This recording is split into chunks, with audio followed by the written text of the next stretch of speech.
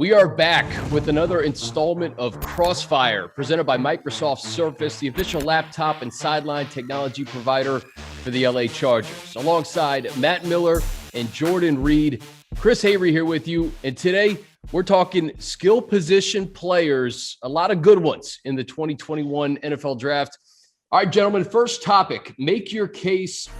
Best pass catcher in the draft. Florida tight end Kyle Pitts or LSU wide receiver Ja'Marr Chase? Matt, start us off.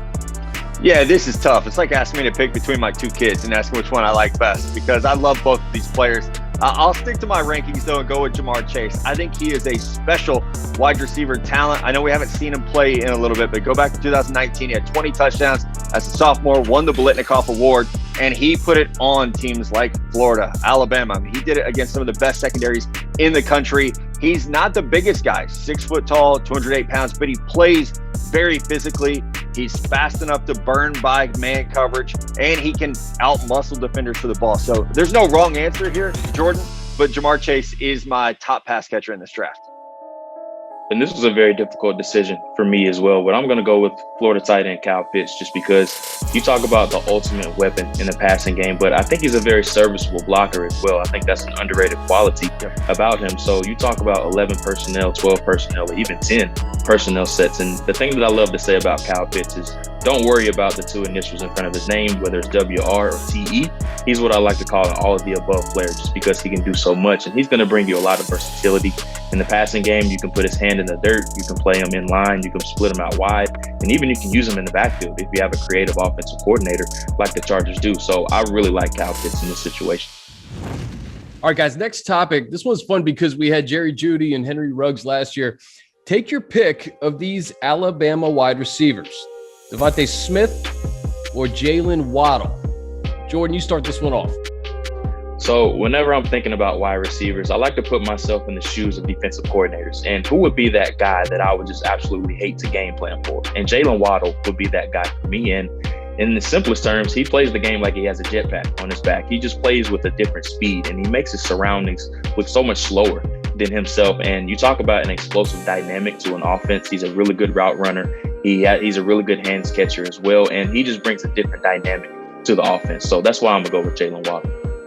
Yeah, I love JAYLEN WADDLE. The only reason I'm going to go Devonta Smith is injury related because Waddle, a little bit of a smaller guy, and he is coming off that ankle injury. I think Devonta Smith is a player who doesn't get enough recognition for just how great he is as a route runner, but also how strong his hands are. We think of him as this highly productive Heisman Trophy winner. I think he actually has the best hands of anyone in the 2021 draft class. It's amazing. It's sticky. We see the one-handed grabs in the red zone, the sideline plays. And I remember talking to Jerry Jeudy last year before the draft. It's like, who had the best hands on that Alabama team? And I really thought he was going to say himself, but he didn't. He said it was Devonta Smith. And I appreciate the honesty, but also it just goes to show in a wide receiver room with 4 first-round wide receivers, Smith had the best hands. And so there, again, I don't know if there's a wrong answer with these two because they're also a little bit different in what they bring to the table. Guys, we talked about Kyle Pitts. We know he's hands down tight end 1. But give me your favorite day 2 tight end, Matt. Yeah, I have to go to Notre Dame, and that's Tommy Tremble, and I know Jordan's a fan of his as well. He reminds me, and I know people are going to think this is crazy, but he reminds me of George Kittle at Iowa because he's such a good athlete. He's a great blocker. I mean, he is a violent, ferocious blocker. He just didn't have a lot of pass-catching opportunities because Notre Dame's other tight end, Michael Mayer, who will be a top prospect in a couple of years, was so talented. So I do think Tremble needs to clean up some drops that he had late in the year. It seemed like he lost some confidence at times, but from an athletic standpoint, from a blocking standpoint, and then what I think he can become as a pass catcher, he's quickly become one of my favorite players in the draft. I like the Kittle comp. Jordan, what about you? I'm going to go to Boston College, and I'm going to go with Hunter Long, a player that was pretty much everything for the offense there. He brings you production as a receiver, but also as an inline blocker as well. And we know with tight end, it's like you're learning 2 positions on the fly. And I think Hunter Long, he comes in day 1 ready at both positions. That's as a blocker and as a receiver. And he's very dynamic as well. I think his speed after the catch is something that's very underrated about him. All right, fellas, final topic.